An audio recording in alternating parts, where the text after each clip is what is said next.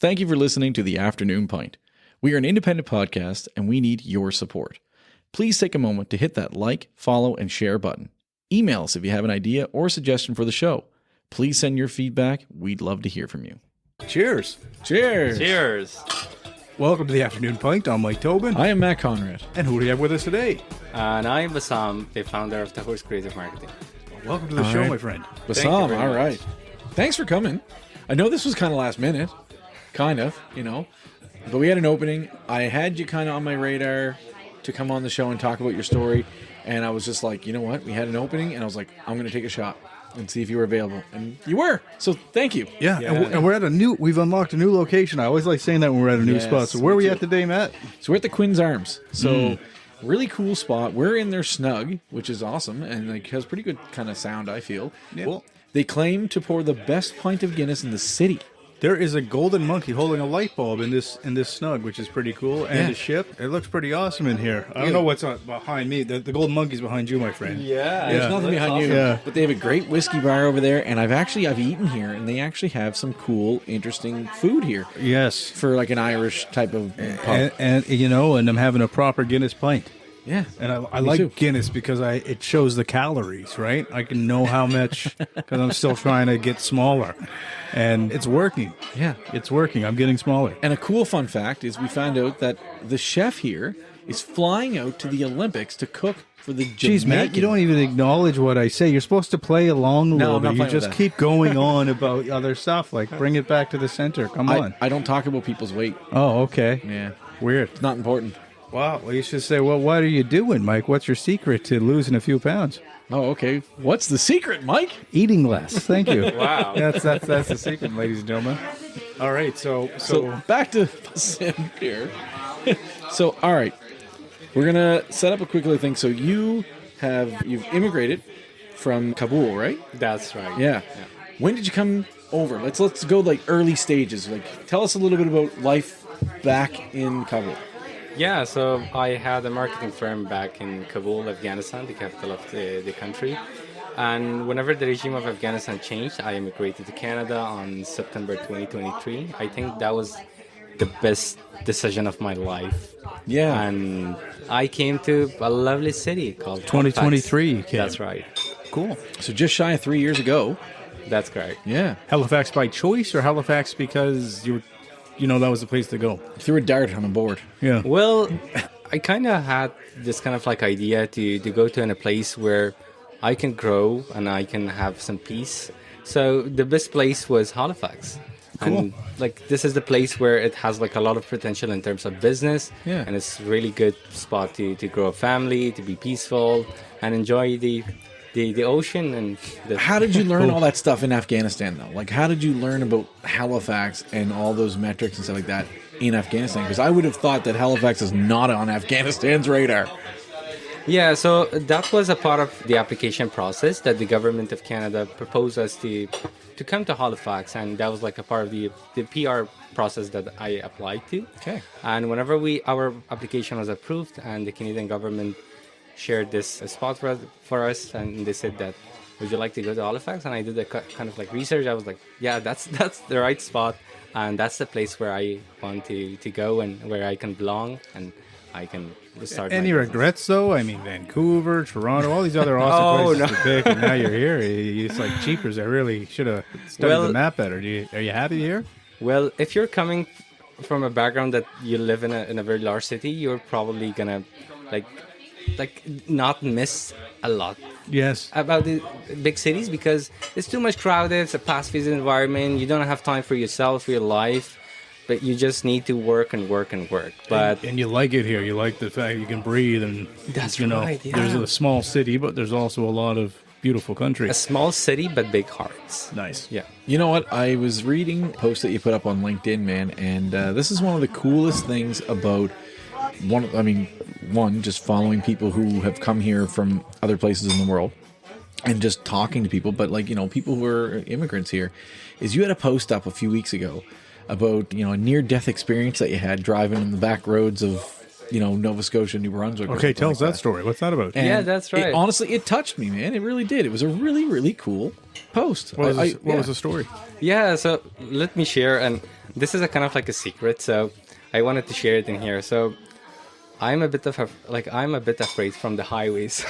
Okay. So that was the reason that I was planning to go to Moncton in New Brunswick, and I was like, okay, so if I take the highway, it's gonna like, take around 2 hours. But the thing is, like, I'm not gonna enjoy the beauty, and plus I'm a little bit afraid of the high speed. So I was like, it's winter time, it's snowing, so why not just go to the roads where you can just have some fun and also go in a low speed. So I took those roads from the valley. I went to like places that I have never imagined to see, and they were like extraordinary for me, like the beauty, the nature, the snow, the mountains. So do you mean you took your car on a logging road, or like so you went off-roading? Yeah, off the main roads. off the main roads. okay. Yeah, non-highway. What kind of vehicle are you driving? Not off-roading. Not like when I was trying to go to your camp that time. I got like not desperately like that at lost. all. Yeah, Oh my no. god. Toward the bottom out of my Mazda trying to find his camp one time. Yeah. Anyway, another story. Sorry, but No, just taking the long way. okay. The scenic route. Yeah, the scenic route. Yeah, and it took me like 5 to 6 hours to get there, but it's something that if life gives me another chance to do that, although I'm not gonna like probably have that kind of like chance to do it again because my wife won't let me to do it, but I'm gonna do it again. So what happened? What was the scary part? Yeah. So the scary part was that I was driving a car, so it's like a not SUV. So you know how it goes whenever it's winter time. So there was a point of way that our car slipped from the road, and it was really hard to control it. So it was not just once, but twice. So it kind of scared us a bit of those kind of roads, especially in the winter. But we're gonna probably go to those roads again in the summer, where where we can see like all those nature again and in a green color rather than white. Yeah, it was just how he painted the picture of like, you know, taking the long road and the beauty that we have here in Atlantic Canada, and kind of just doing it slow. And I think I just really resonated with the appreciation of someone who came to this to you know, my home and was like, and just showed appreciation that sometimes people who are like born and raised here take for granted. Perception is everything, because I'd be pretty scared to go down a road in Afghanistan, but I've never been there. That's like, I would imagine it would be like a completely different challenge than the road experience I'm used to. Yeah, that's right. Sometimes life gives us that kind of like chances to go and experience new things, but it kind of like depends on how you perceive things, how your perspective is. Yeah. Well, it could be something like very much simple, but yet it might be very extraordinary for somebody else who has that kind of like sight to see that kind of like beauty. Yeah. I have a new mission now, is to take you off-roading sometime in the summer, man. You should definitely do it. That would be fun. Yeah. Yeah. So the speaking of that though, it's like obviously coming from where you were, like the city you're coming from, like you guys don't like, how was adjusting to winter driving here? I've always wondered that. Like, was it a big adjustment? Well, in terms of like winter driving, we kind of have the same kind of weather as Canada.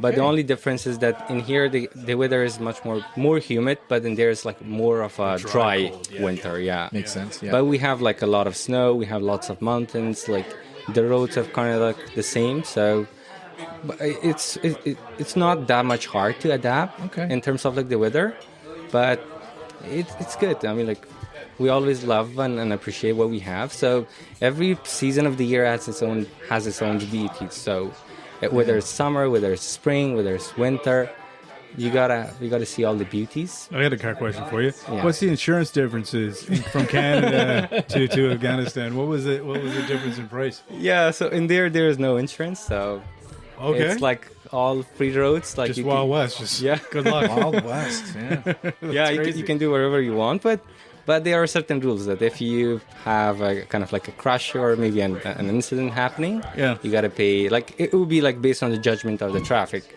like there are traffic officers that they would come and judge based on that. They would do that. Yeah, but that would be like right in that spot that you either gain some money or you got to pay out of your pocket. It's like Monopoly. You just land on bad space. That seems scary. Because like, what if you like get like you hit a car and it costs you $20,000? You're like, I don't got $20,000 to just give somebody.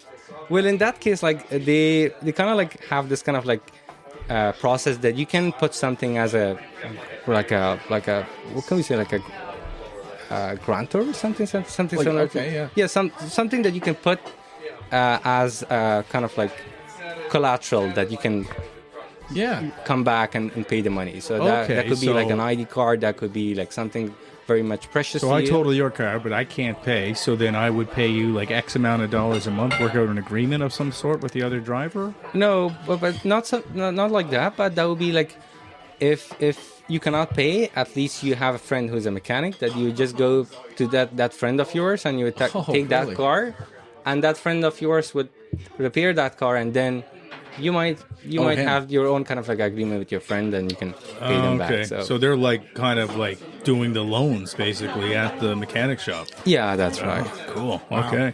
That is very different. Very different. Yeah. That could be very slippery very quick. If you're a bad driver, you could really get screwed over. You can make a lot of money as a mechanic too. You think of the money you can make off the loans, dude. You could just you can become a very rich man or a person just by having some good high interest, some good bad drivers. You know what? We can move to Afghanistan and just start the first insurance company. Just rake it in. I hope you're enjoying a pint with us. We'll be right back. Your dream home does not have to be just a dream. Today's show is brought to you by Camilla Najat of Exit Realty Metro. Camilla is the realtor who knows how to get things done. Buying or selling? Go to afternoonpint.ca and we will help with a personal introduction. That's afternoonpint.ca/Camilla to make your dreams become a reality.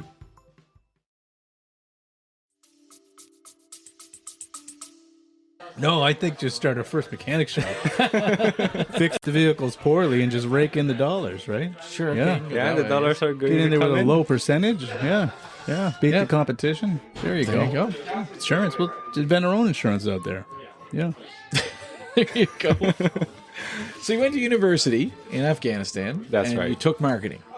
Well, in university, I studied language and literature. Oh, really? Yeah, so communication That's was very different from marketing. Yes, that's totally different. But marketing was one of the things that I was really passionate about. So if I go back to my like education background, it's kind of like or maybe in my like work background, it's too much of like diverse things in the place. It's kind of like a salad. So whenever I graduated from school, my parents were like, you gotta become a doctor or engineer. There's no other way for you. So I was like, okay, maybe I can become an engineer. So I take a vocational degree in civil engineering. And then that was not my passion. So I really love to study more about the history of people, how people like did in the past, about their languages, about their culture. So that was why that I became interested in language and literature. So I did my bachelor's in language and literature.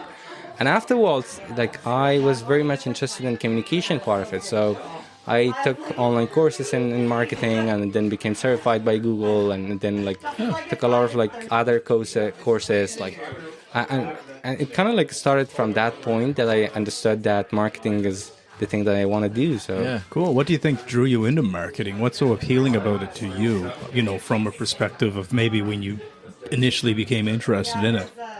Yeah, so marketing really much connects to my background as a designer, because once in my life, like I was a designer as well, and I was like designing social media posts for a company, like marketing collaterals, these kind of stuff. Cool. So digital marketing in that sense. Yeah, digital marketing. And then that position that I had in that company, it kind of like pushed me toward learning more and making myself better in what I was doing. So in addition to designing those stuff, I started doing online advertisements, like doing social media ads. Like I started doing websites, and then it kind of like started from those little early stages, and then it evolved, and then there was a point that I was like, okay, this is the time that we need to start a business. And I and my business partner was also my colleague, similar to you guys. So we were working in the same company, and then we decided to start our marketing firm, and we started it. Very cool. Yeah. So was he also from Afghanistan? That's right. Yeah. And so you decided. Did you actually start your marketing in Afghanistan? Yeah. And then moved it here. Yeah. Okay. So because you technically have two marketing companies. That's correct. Right? Yeah. So the first marketing firm that I have is called iColleague Agency. I couldn't register it in Canada because the name was already taken. in other provinces. So I was like, if this business is going to grow in the future, I have no room for growth of it, because it's going to be like a kind of like conflict of interest with other companies. So we changed the name of the company to like to my last name, so it can be a kind of like a legacy to our family and keep it I like running. that. That's awesome. Broad thinking. So you're obviously into this for the long haul. You're thinking, legacy generations of starting it here in Halifax. That's really cool. How's your business partner feel about having your last name as the title? Well, he's not involved in this new business. Oh, okay. Yeah. So this new business is totally like a family-run business. Okay. So my siblings, my cousins, it's like all like family, like involved in it, and my younger brothers who are like web designer, graphic designer. I have a younger sister. She's a digital illustrator. So I have cousins who are social media strategists, and we're like all kind of like family, and we're in the same industry. Nice. So there have been now, do you all live together as well? Or live no, separate? like different part of the world. Yeah. Oh, perfect. So it's all remote work. Yeah, Okay. that's the best part about digital marketing, because you can work from anywhere that you like. So. That's brilliant. Yeah. Awesome. Yeah. Have you gone back home since you've moved over to Canada? No. Yeah. And I don't plan to go back. No. That's fair. You need period, no? You don't want to? No, period, no. Because the current regime of Afghanistan, it has been taken by kind of like group that it's not safe to be there. Mm-hmm. And especially for people that they have this kind of like perspective who wants like freedom for people, freedom of speech, like education, like. Right. So in terms of these kind of ideologies, like our ideas are not going to be accepted there. So. Yeah. I see. Yeah. Yeah, well, I mean, the U.S. had occupation there for 20-some-odd years, and then the minute they left, the Taliban moved right back in again. Yeah. So it, kind of felt like 2 decades. In the years, like, when the U.S. was there, did you have a particular perception of how the U.S. was, or how their military were, or how did you feel about that then? Yeah, so in terms of like politics, everyone has their own kind of idea. Yeah, and I don't want to ask you too much about your private politics, but just more your perception as a young person of America or Canada for that matter. Yeah, because we were there too. Yeah. As a young person, it's very much appreciative. Like you gotta appreciate the people's help, because not in terms of like their military, not only US, like Canada was there, Australia was there, like the NATO, like most of the countries who were part of NATO was there, and in addition to their military, everybody supported financially, so to the government, and our military was being funded by the NATO, like our military was being trained by NATO, and we were being supported by them. So whenever somebody receives something from someone, they have to be grateful and they have to know the value of it. Yeah. Maybe the result is not what we expected, but at least we need to consider their valuable contributions. Yeah. Because last year, like I read it in a post of a friend of mine, and I noticed that there were like 180 soldiers of Canadian soldiers that they lost their souls in Afghanistan. Yes. So it really saddened me. There was a lot of Canadian soldiers that died in Afghanistan. Yeah. It's really saddened me, because these people, like in Canada, you have a safe life. You have your family. You have everything you can wish for. And these are men and women that went to help another country and lost. And you put the lives of others more like in more of importance, and you just go there to save and to help others. Mm-hmm. I mean, like that's a lot. Like that's a lot of like. I mean, like sometimes I get emotional whenever I think about these things. No, I appreciate your and I really feel like very, very sad to hear that, and we should always remember them. I know, I really appreciate you saying that. I guess just talking a little bit more about that. Now, when Canada pulls out and U.S. pulls out, and all this happened just a few years ago, how did you feel about the countries making that decision? Like when the U.S. left Afghanistan? I hope you're enjoying a pint with us. We'll be right back. Hey guys, it's Chip here from Don't Overthink It, Chip. Big shout out to the Afternoon Pint Media team for managing my content creator career. If your business needs support, big or small, hit up Afternoon Pint and learn more about our reputation for boosting foot traffic with curated storytelling for your business.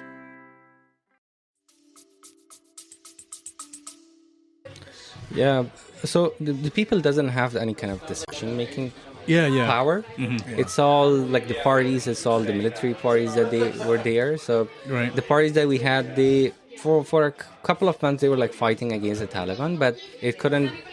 Without the support. Yeah, They without just the couldn't- support, but they it couldn't just- they stand couldn't, yeah. any longer, and they lost the Yeah. battle. Is that what happened? Yeah, so they lost the battle. Most of them fled to other countries. And Yeah, it was. I mean, I was following that pretty closely because it was, a really sad situation because U.S. pulls out, and it's like almost like they were just ready for it, and they started to invade Kabul. Right, they started making their way closer and closer and closer, and then eventually took the capital city. But I remember seeing images of people hanging on wings of planes just to get out of there. Trying right? to get out of the country. Yeah, that's Yeah. crazy. Really, really I remember sad that too. That's something that made me feel terrible, like just seeing the country in such major distress and so quickly, right? And Yeah. yeah, And it's one of those things that like it just always puts me back to a point where we can complain, and I get it. We can complain here in Canada because we want to fix things, and there's things that are could be working better and things like that. But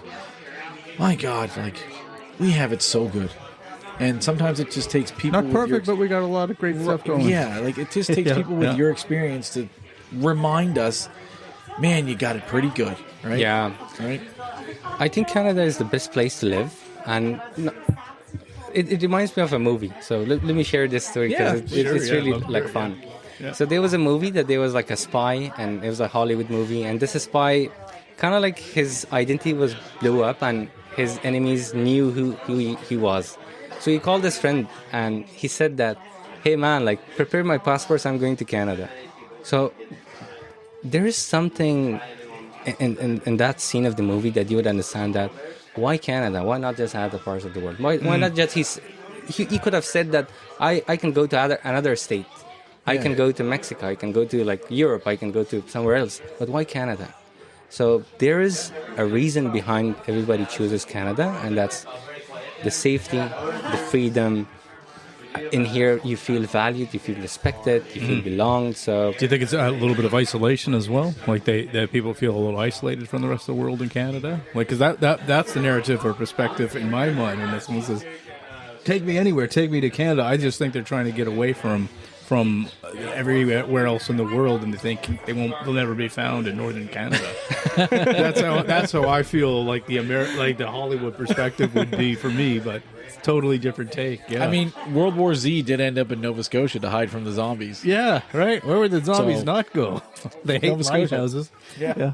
Lighthouses. They won't go near them. Sorry, but no, that's a cool perspective, right? And I mean, I really love that too, man. Like you sounds like you genuinely love Canada. We love having you here, man. So Yeah. cheers to that. Yeah, cheers to that. cheers to Yeah, that. That's freaking awesome. Yeah. Yeah. So what else we got here, man?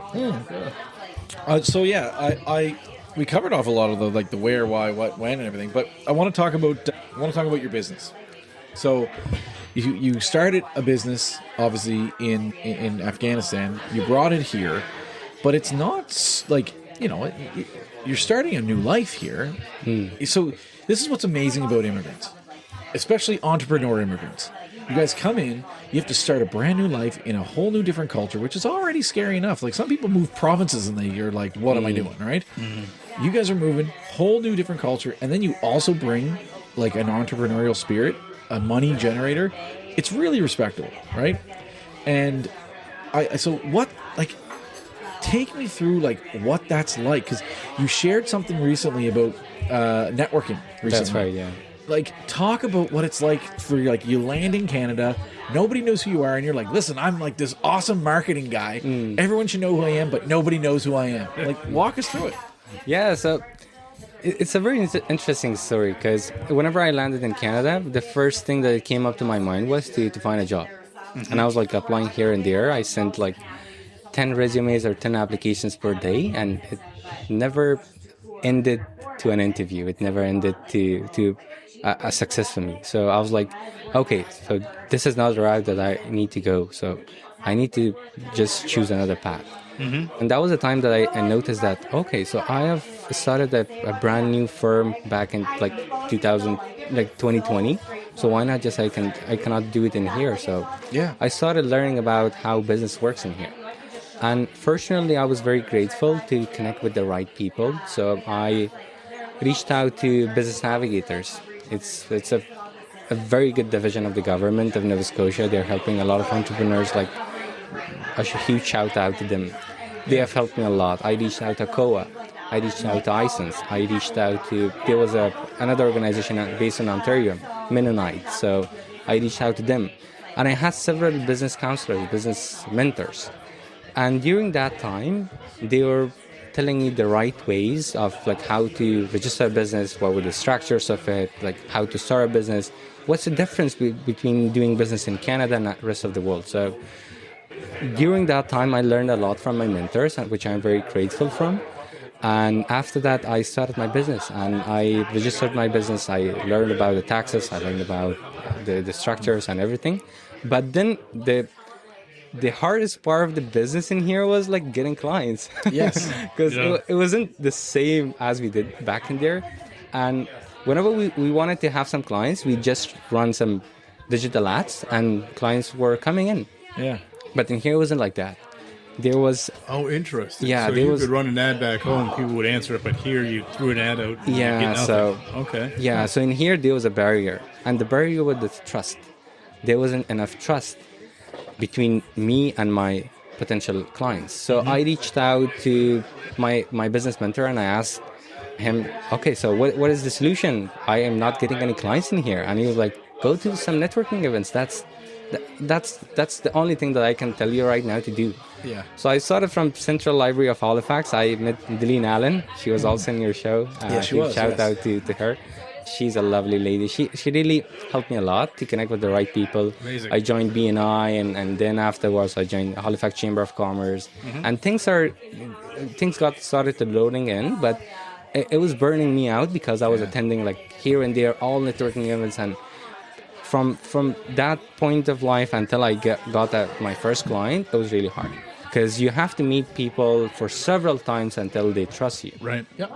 And afterwards, I learned that the point of networking is not to get clients, not to get customers. The point of networking is to make genuine relationships, Build to make trust, it like you said. network, Yeah. to make and trust. We all have to do that. Like, not just if you're coming from Afghanistan, but if you're living in Halifax your whole life. If nobody knows who the heck you are, you got to show up somewhere a couple times. Right? 100%. Yeah. Especially you should show up in the rooms you want to be in, right? That's correct. Yeah. And no matter where you are, you got to find a way into that room, right? We had that conversation. Yeah. The first time I met you, we had that conversation. Yeah. And talked about it's not about being in every room, but it's about being in the right rooms. Yeah. A lot of us getting podcast guests, people will ask us sometimes, like, how do you get all your guests, right? It's like, well, we act like it's easy, but truly sometimes it isn't. I mean, Matt and I both, we strategize, and we're like, where's that person going to be? Yeah. How can we do this? How can we make that? Like, even like instances where we got the premiere, Matt had me going to 3 or 4 different bloody places before we got the premiere, right? Like, and he's almost dragging me along at that, right? Because I don't know where we're going or why we're going, but Matt knew the value of going to this networking event or that networking event. Yeah. Every time we interacted, we get a little bit closer to securing that meeting, right? Securing that trust to have him or her on this show, right? So yeah, cool. that's totally correct. Yeah. Like whenever it comes to trust, and you gotta also show your transparency and your true passion to people as well. It's not only about like you just meet them and then you set up a coffee meeting and then you just pitch your business. It's not like that. It's like the LinkedIn dudes that just link in with you and then they're selling you something you don't even know who they are. Yeah, that's right. I got that today. It's just like someone adds you, and then as soon as you hit the accept, you get the message of like, I want to edit your podcast. And it's like, I've been, and they it's like, I watched this show. Great job on this such and such. I'm like, you copy pasted my summary episode. You didn't even listen, and you can tell it's so disingenuous. yeah, Right? Yeah. yeah. Yeah. first thing I ask if someone's like, "Hey, I love your podcast," like when I get those LinkedIn messages, first I'm like, "Okay, what was your favorite part about this podcast?" Oh, you want to make sure. Oh no, have they watched I'm it? way darker than that. I'm like, who died in episode 4? And then I just wait and see if they respond. And I'm like, if they're really serious, they'll respond. Yeah. No, it's I'm just like, oh, I really liked the episode with whoever. I'm like, oh, great. What was your favorite episode about that? Yeah. What of the 10 questions? What was your favorite question of the 10 questions? Yeah. And then you never hear from them. So I get it. Everyone wants to sell you and sell you something, and it's hard. And you feel it in reverse, right? So now you're in rooms, and you're trying to get your product out, but you have to overcome that same thing of like, man, is this just another guy trying to sell me something? I know you probably can't tell us exactly who, and I respect that, but like, who was the first client you remember that kind of gave you a chance? What was their business style, and what was the first kind of client that trusted you? My first client was Dillian Allen. Oh, I designed some course. social media posts for her. So amazing. Yeah, that was how. Shout out to Daylene again. Yeah, she's pretty awesome. Yeah, she was awesome. that's why she was on this show. She's helped connect a lot of people. Yeah. Yeah, large network. All right, so that's cool. So she was your first real kind of client, but like you're international, man. Like you have clients all over the world now, don't you? Like last I checked or last I saw or whatever, yeah. Yeah, so regarding those clients, well, it all comes to that kind of like connection. Yeah. So whenever you make genuine connections, whenever you have good friends, they will always remember you. Yeah. And the thing is that you should always keep pushing your content in social media so they can remember you. Not in a way that you're selling to them, but in a way that they can remember your brand and what you're doing. Right. So whenever opportunities come in, like I get some calls from my friends, like they're calling me, "Hey man, like there's a project. Do you want to like bid on that, or do you want to like talk to the owner of it? I know this friend of mine who's looking for a website, or this friend of mine is looking for a marketing guy." And that's how business happens. It's not based on selling stuff, but based on making sure that people remember one thing about you correctly. And like in addition to your name, they should know who you are and what you're doing. And that kind of gives them a kind of like clue. Okay, so if there's a project, this is the guy that I need to refer this client to. So Nice. that's how it works. With that, I kind of like, first off, you were giving like really high level advice to somebody who's just like, "Hey, I have a business. From a marketing standpoint, what's the one best advice that you could give somebody?"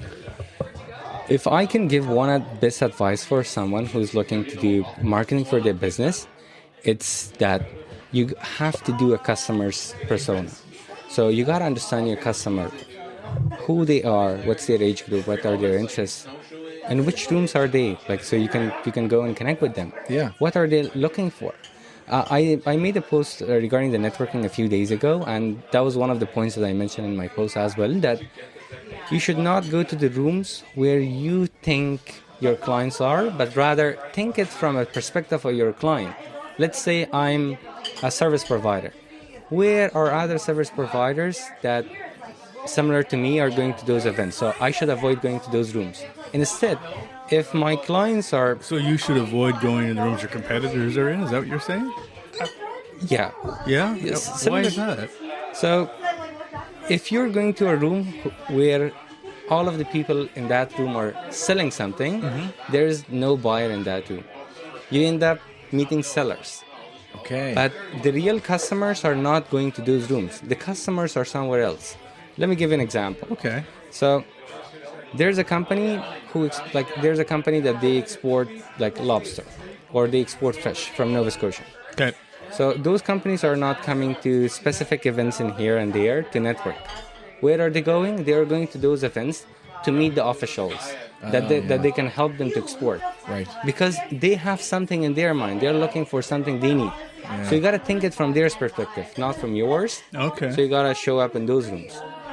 For instance, one of my business clients are entrepreneurs, people who are immigrants and they're just starting a business. So who I do work with? I work with iSense. I work with BWIE. These organizations, they help entrepreneurs to start and launch their businesses. And these people doesn't have anything. Like they do not have logo. They don't have a website. Yeah. So who do they remember whenever they need something? Obviously our business. But if I go to a networking event where most of my competitors are, where most of the people are having the same kind of business as me, we end up just pitching our businesses to each other and just learning about each other's business, but rather not targeting our main clients. And you know what? That's one thing that I noticed. That we talked about this a little bit when we had Tio on, and like the newcomers, like those entrepreneurial awards with iSands. That's one thing I really realized is that there's a lot of entrepreneurs that come out and they have a really, really great product. No one knows who they are, right? You'd never know. Their marketing isn't great, and that's not a shot on them. It's literally like you could be the best cook in the world. But the best cook in the world who wants to start a business doesn't know HR, doesn't know marketing, doesn't know payroll, and things like that, right? They're just a great cook. They need help along the way, right? And that's where you kind of come in, right, with that, right? That's right. So running a business has a lot of aspects. Like in addition to being, like, let's say, a good cook, you gotta know how to find clients, how to do sales, how to handle marketing calls, how to do cold calls, how to write an email, or this and that. But the thing is, as an entrepreneur, you should have that kind of spirit to always learn about new stuff, and you have to push yourself to the limits. Yeah. I've been in some rooms that entrepreneurs were asking that we are not finding clients, and whenever you ask them, like, okay, so how many hours do you put effort to find a client? And they're like, like we have a job, and this business is like a side thing, and we're like working 2 or 3 hours a day. I mean, like, that's not enough. Yeah. Whenever we started our business, I used to work from 6 a.m. to 12 midnight. Wow. Like that's how 6 a.m. to 12 midnight. Yeah, so you got to work very hard. 18-hour days, right? Coffee breaks? Time. Squats? What do you do? How do you get through that day? You must take a few breaks of the day. I used to drink a lot of caffeine and like a lot of energy, like drinks. Midday workout? What did you kind of keep moving, Nothing. or do you just kind of go? Yeah, go? just full into the business. Full into it. Yeah, full into the business. 2 years, like we did the same thing. Me and my business partner, we literally never left the office. We were sleeping in the office. We were working from office. And the only time that we went to home was only 1 day a week. Wow. And we were like taking shifts. Like if he goes to his house, like I would stay at the office, and if I go, he would stay at the office. That's a sacrifice. What are those? Just for those who like who are sitting there thinking, like, because there's a lot of people out there who don't have an entrepreneurial mindset, and some that do, that don't know how to get started. But what do an 18-hour day? What were you doing for 18 hours? That you need, like, some people might ask you, like, what are you possibly doing for 18 hours a day that you couldn't do in 8 hours? Yeah, so there were 3 things that we were doing: business development, cold callings, and working on projects. Okay. So business development was the first part, where you have to put an effort to make your business successful. Like, you got to find out what are the gaps in your business. Am I missing something in the sales pipeline? Am I missing something in my processes? Yeah. And the second part is how to get clients. So you have to do a lot of like messages. You have to meet a lot of people. Let's just stay on the first part for a minute, right? So we'll explore that a little bit if you don't mind. Like, so business development. So let's talk. Like, how did you work on sharpening your vision of how you wanted the business to operate, or were you learning on how to navigate it in Canada versus another country? What were your kind of starting points if you look back into the business development side? What were the big challenges here that took you so much work to figure out? Yeah, so comparing the first business and the second business that I started, the second business in Canada was much more effortless. Like, that was much more easier for me because I already had the plan, I already had the business model in my mind, and we knew what we were doing. Right. So we had the steps. We were just following the steps. But for the first time, it was like very hard because you come from a background, you haven't learned anything about the business yet, and you have to study what the business plan is, how to do a customer's persona, how to put your offers somewhere, how to write a proposal, like, right. Yeah. Because back then there wasn't like ChatGPT or these kind of stuff. You gotta learn. Gosh, kids are going to be saying that one day, man. Back then we didn't have ChatGPT to work our business model out in 3 minutes. I think that's a struggle that that entrepreneurs like really don't really grasp, is like outside of like the trades, but it's like how to know what to charge for something. Like, how do you know what to charge for something? It comes from like everyone has their own kind of like pricing strategy, but my pricing strategy is like, first you gotta have an understanding of the market. So what I did in my business in Canada was that I sent a lot of emails to many companies. I requested quotes for different kind of like websites, for different kind of projects. and I did review their websites. Most of the businesses had their pricing tables in their websites. So I did a compare of all of them. So what is the lowest point? What is the highest point? What is the average? And most of the time, if you start from the average, you're not going to go anywhere, because there are already people that they are selling very cheap and affordable prices, and there are people that they are selling premium products, and you end up not getting any clients. So what I did was you should start from the top or maybe from the bottom. So I started from the bottom. I started offering services in a very affordable prices, in a prices that they weren't like making us any kind of like profit at all. They were just loss, but we were just showing our genuine passion to our customers that You were building a portfolio. yeah, we're just building a portfolio. We want to have something to showcase, like something tangible, like a website. Like we need to have something to showcase it. Yeah. So that's how we started. For 2 or 3 projects, like I even done for free. Yeah. Why? Because you gotta have something in your portfolio. Yeah. And afterwards, I started charging from $200 to $300 to $500 to $1,000 to $3,000 to $5,000, and it just goes up and up. And the more you go further, because the time will be limited, because we're a service provider, and what we are selling is our time. Yeah. Then whenever the plate is full, there's no way we're going to accept any clients right now. There are sometimes You know that what? we just I would actually even argue that you're not even selling your time, because you're actually selling the result. Because if you were selling your time, if something took you like longer, you could just delay it. You could just work on a project very long, right? You're not charging by the hour, quote unquote, right? You're charging by the result. So you can sit there and charge, whatever. If it takes you 2 minutes to do something, but the person you're selling it to is going to make $100,000 from that 2 minutes of work, you deserve your fair share of that, right? If you charge $10,000 for 1 hour's of work, and that $10,000 produced $1 million in revenue, you deserve that, right? You deserve that. You know it, right? So it's not even I would argue you're not selling your time. You're selling a result, right? That's correct. From a marketing perspective, you're totally right. Yeah. You have to sell the results to the people or to the businesses. But like from my perspective, like what I just mentioned was that you have to have a product or a service. So the product is you just built it once and then you just replicate it and you just sell the same product again and again. Whereas in service, like each time the thing is like different. Right. Like there are sometimes that even in the websites like that we design and we build, they're not exactly the same thing. One website might be a business directory, one might be a blog, one might be an e-commerce. So the process is like totally different. Right. Okay. Yeah. And though obviously in that situation, obviously there's time that takes longer to build these sites and things like that would go into it. But yeah, so that makes sense, charging like different prices for something that's a layup. Yeah. So we get through the business development. Now, what was the next obstacle? Yeah. Yeah. So the next obstacle after building the networking in here, like. Right, we touched on that pretty well. Yeah. And it sounds like you've done a great job with that. Cheers to you. and I mean, and now we'll move on to the next step. Yeah. So the next step is that there are sometimes in business that you have to make some tough decisions.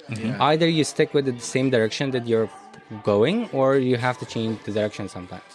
So what happened to us recently is that we noticed that in the same industry that we are right now, there are a lot of competition. Like in Halifax, there are around 120 marketing firms. So that's a lot of companies that we're competing against. Although there's that many? Yeah. So I got the list from ACOA, and there were like 100 marketing firms in Halifax. That's that much. Yeah. So, but the spirit in Halifax is like totally different because people are not competing. People are having their own niche, and they have their own kind of like customers. Yeah. So in our business, the next step was that we had to find a different niche for our business. So I just quote one of my friend's statements. Mark, you guys like pretty much know Mark Zirka. So he said that there are two kind of oceans. The blue ocean and the red ocean. The red ocean is where most of the people are going out for the customers, and it's like a lot of competition in there. Whereas the blue ocean is where that there are niche clients, very niche clients, and you can find them very easily, and there is no competition in there. So we had to find our niche in there. Yeah. And then I understood that out of all these firms that we have in Halifax, there isn't any company that does illustration. Huh. So illustration is different than graphics. Oh, really? So yeah, so graphics is similar to doing some posts, doing like flyers, one pages, brochures, these kind of stuff. Like we call them graphic design. Yeah. And we have illustration. Illustration is like making custom characters, like illustrating something like a cartoon. Right. Yeah. Something You're customized. creating mascots. Yeah. Yeah. Similar to that. So we don't have that here. As of my understanding that I searched online, like there weren't any company here. I think I know a competitor or two, but we'll talk about it later. Yeah. There might be, but maybe I might have not. He doesn't consider them competition. Gangster. He's like, so no, that's awesome. Yeah, but yeah, no, so. That's something really cool because I recently saw, and this is just to speak to like the power of illustrations, like a design that was done that I wasn't super fond of, just personally, right? And this was a marketing thing I saw with another company someplace else, and because I was curious, I went online and I found that like I could buy the stock image for $10 on a website, and I'm just like, I was really kind of like, that's the marketing that this company's paying for, and you know what I mean. And to me, I was just kind of disenchanted. I'm like, it wasn't a small organization either, right? But like, you know, if they could go and they could get their own unique illustrations, then they could copyright them, then they could patent them. Then I couldn't get the exact same $10 image as your big business, right? Or even your small business, right? That's correct. If you want to scale and you got your taco guy and mascot and you just found him online, then anybody else could use that taco mascot, right? Or image in your restaurant. Yeah, that's totally correct. Yeah. In marketing world, it's always about the brand. It's always about attention to detail. Like, let's say we have a lot of like watches. Like watches are pretty much, they have the same functionality. They tell us what the time is. Yeah. And they have kind of like the same design, the fake ones and the original ones. So why we buy something very much unique and prestige and that? Why? Because that has been made by hand and they have put a lot of effort in it. They have used maybe some precious metals in it.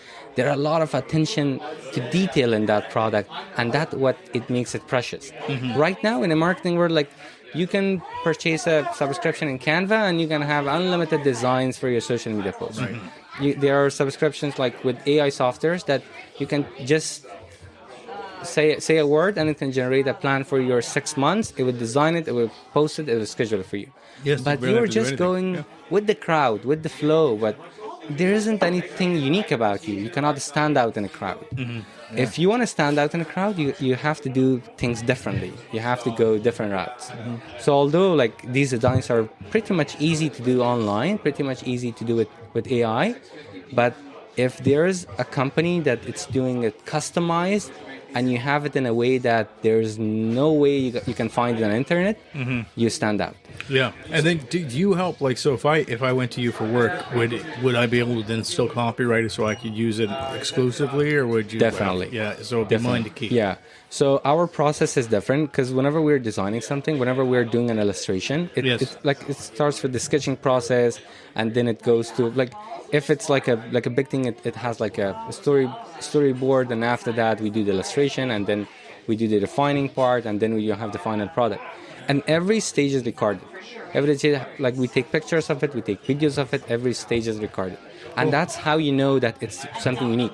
And after the product is done, we do a double check on Google. Like with Google Lens, you can upload an image and you can see if there's something like exact match on it, similarities. And you make sure that there's nothing online. Like there might be like billions of stocks out there, but if that design is unique enough that you don't have something on internet, out of all those billions, you're doing something differently. Mm-hmm. So recently we started this kind of illustrations. We did some illustration books for like children's book.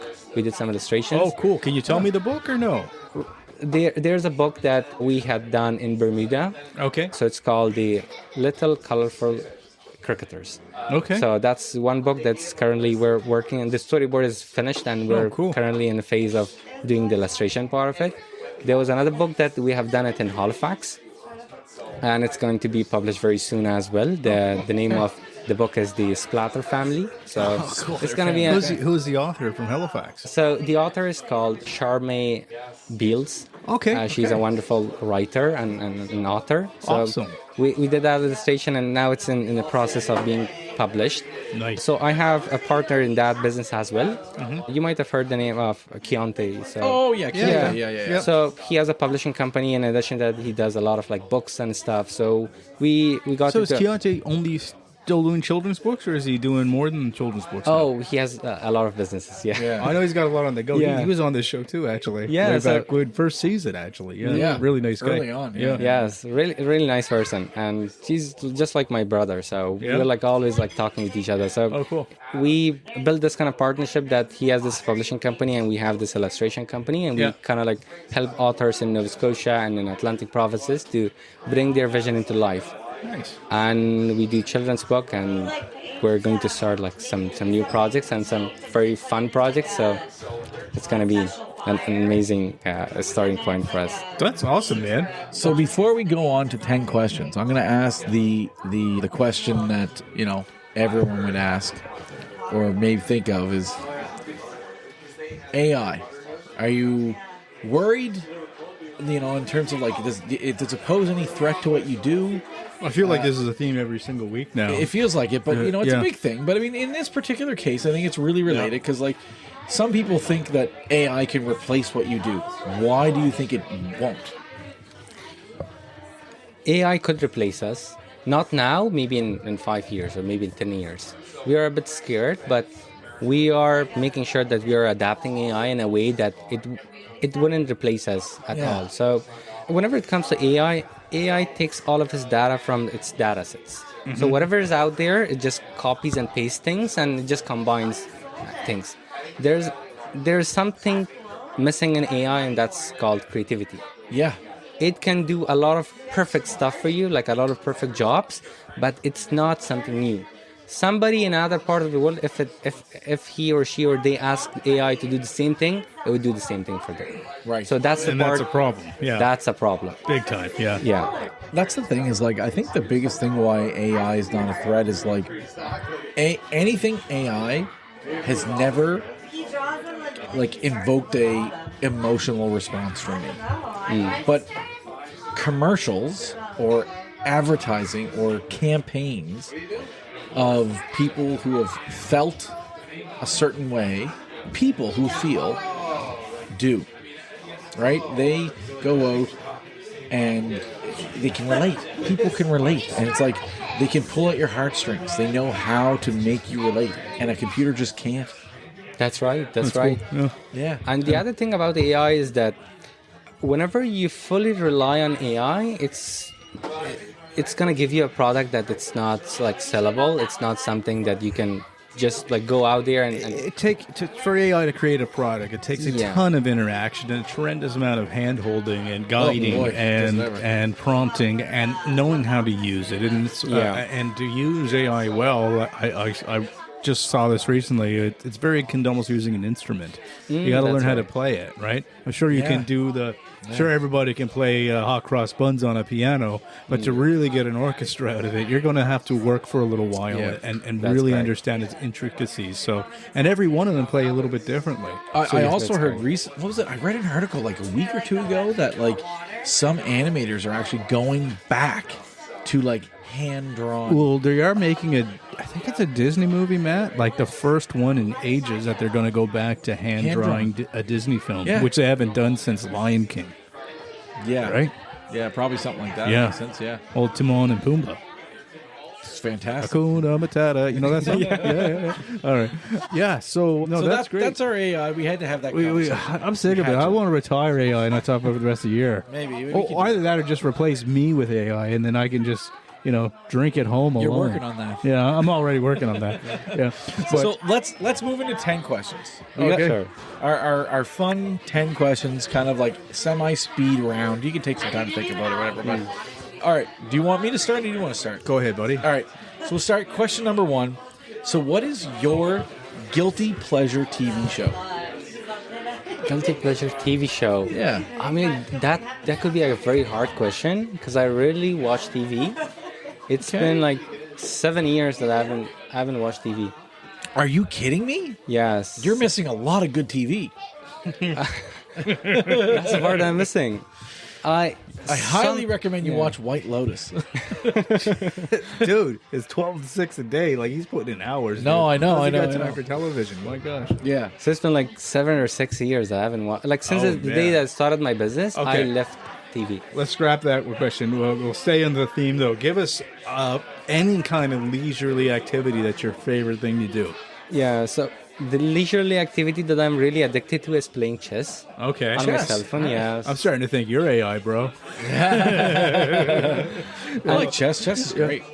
Yeah, no, chess is fun. You know, challenging, but fun. All right, over to you. Question number 2. All right. What restaurant tastes like home food to you? What restaurant, if there is one in Halifax, that can bring you some sort of reminiscence of home, or is there one yet? In terms of Halifax, there are a couple of them. One is Tempo, located in Barrington Street. It has a Tempo's really great. good food. I've been there, yeah. That's Yeah, a good really spot. great food. Yep. There's another restaurant in the Spryfield. Okay. It has been like open recently. It's kind of like a Arabic restaurant. Not a restaurant, but it's just like selling foods, but they're like really good. It's called Al Hilal Restaurant. They're the best. Oh, yeah. Yeah, they They're have the like best. really, really great wraps. Yeah. And Have you also- ever been there?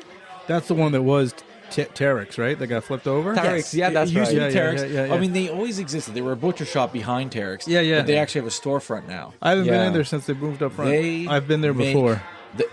Fantastic prices on food. Yeah. And it's delicious. And the market and everything, like they have a small little market. It's fantastic. Yeah, fantastic. Give you my yeah. review on Friday, buddy. There you go. Yeah. Question All right. number 3. So what's your favorite hidden gem that you've discovered in Atlantic, Canada? In Atlantic Canada, I would Off say, highways. Yeah. Sorry. I would say my passion and love for Canada. All right. That would be my like hidden gem because I felt home really in here. Like I felt that people have the same kind of perspective as mine. Like Yeah.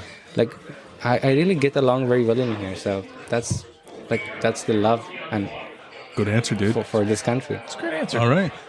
Give us a controversial marketing opinion. Something that goes against the grain in marketing that you think.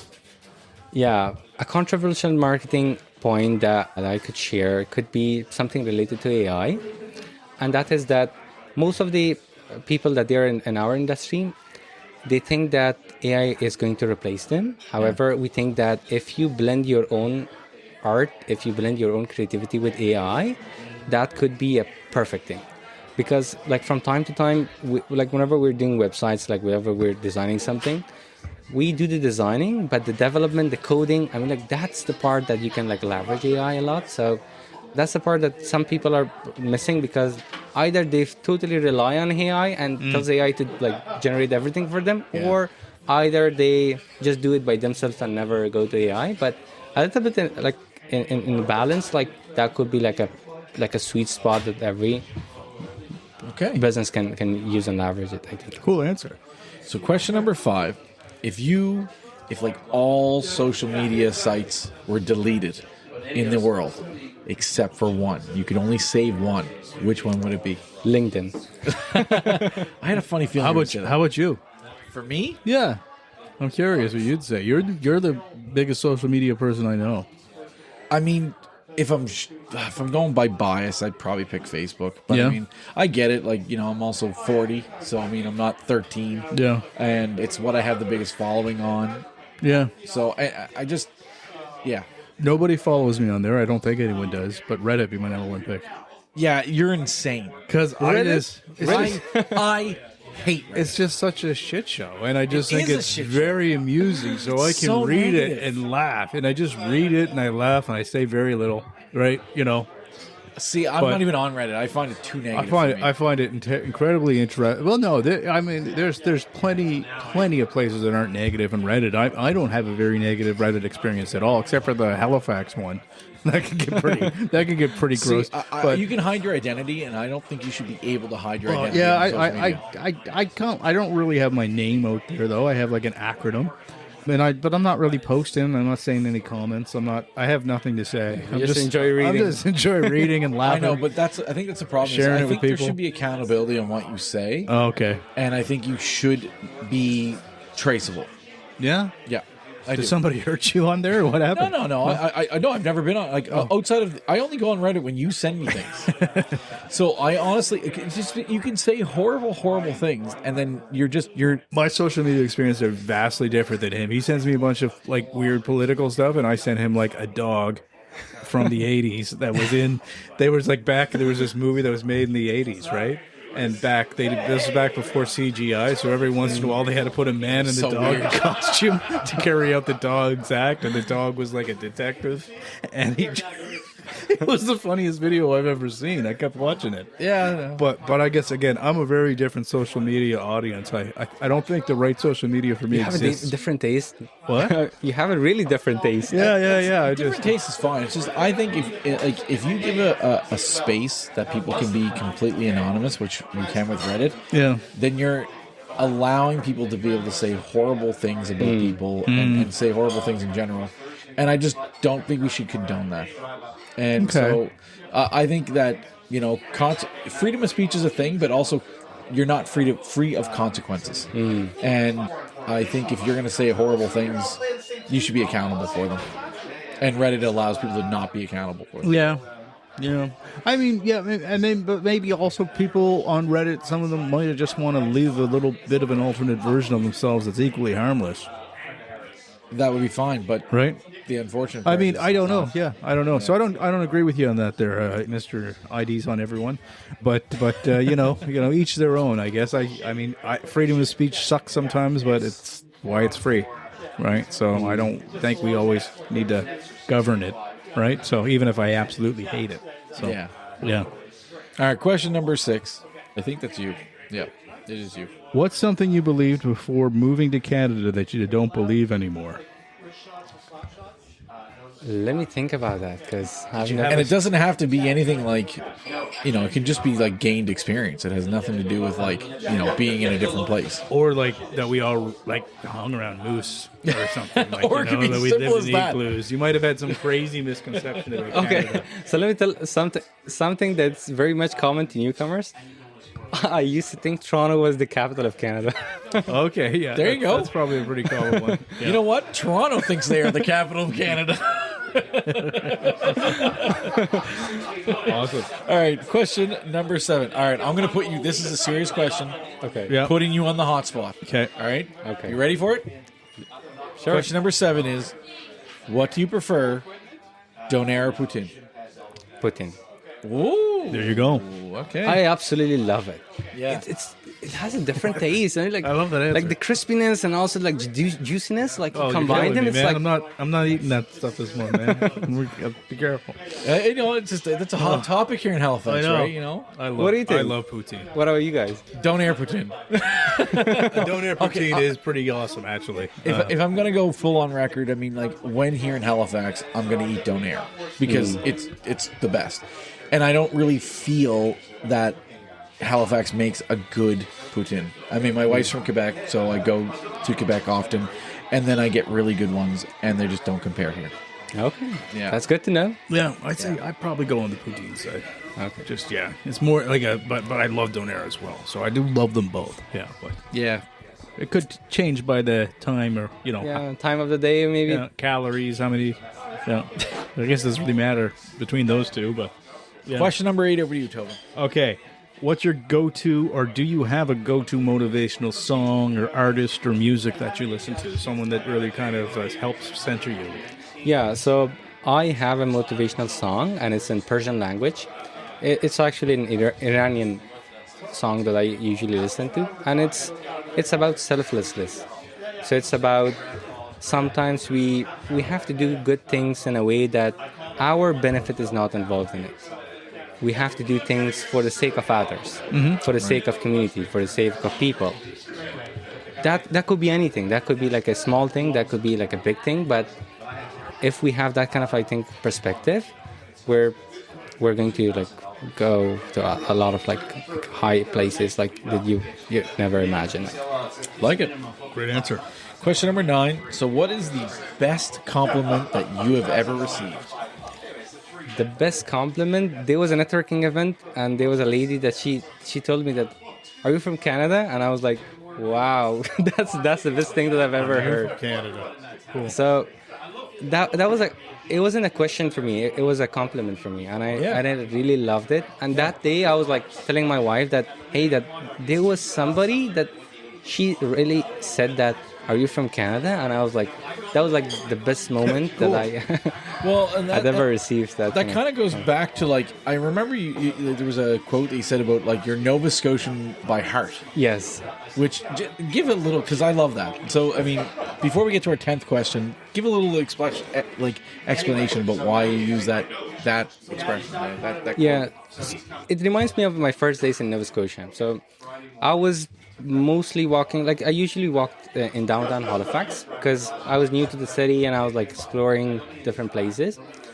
And whenever I heard people like talking, like who were like at the sidewalk, in Nova Scotia, people don't usually argue with each other. It's like more of considering and acknowledging each other's opinions, and then they're going to share their opinions, rather than just saying it like, no, I don't agree with you. They say that, yeah, I do believe that you might be right in this way. There might also be this kind of like other perspective. So I think that could really resonate with me, because sometimes that I personally, whenever I talk with someone, whenever somebody shares that idea with me, I never argue with them and I never say that you're wrong, because I'm not in their position and I'm not in their shoes. So maybe from their perspective, from their experiences, that could be the right thing. So we never know what the right thing is unless we are in their position. So in Nova Scotia, I think that's the thing that it really resonates with me, and I feel like very connected. Cool. And I think that I'm a Nova Scotian by heart. We'll take it. Question number 10, over to you. We already said that. We just did do. Question number 10? No, question number 10. Oh, okay. What's one place you've been that you want to go again? I would love to go to Chester again. I really loved it. Chester, yeah. I really loved it. it. Sorry. One place that you have been that you would never go to. Oh, never. Yeah. Okay. I would never go to Afghanistan. There you go. Okay, yeah. I had a funny feeling you were going to say that after our conversation, but I wrote these questions before that. Okay, so we're going to do last call. And are we going to stick with the question that we've kind of been asking, or what do you think? Sure. Well, so right. for now, yeah, because it's in front of us. So yeah, exactly. So what's one thing you're going to do to help others in 2026? In 2026, I would love to be a good consultant. I would love to consult with people. I'd love to show them the ways that I have found, like how to do business, how to do marketing, and to share some of those things with them so they can do it on their business. Because sometimes it's not about our services that we get benefit from, but it's about uplifting our business community in a way that they can feel empowered and they could feel lifted, because we are in such an era, in such a time that like the tariffs, like so many different things happening, we have to have the back of each other. Awesome. You know what, dude? Lots of solid answers today, my friend. Thank you for having a drink with us. Thank you very much. Awesome. You're as Canadian as it comes, brother. Yes. So, we'll invite you back for a round 2 sometime soon. Thank you very much. Man. It was a pleasure being here. Thank you.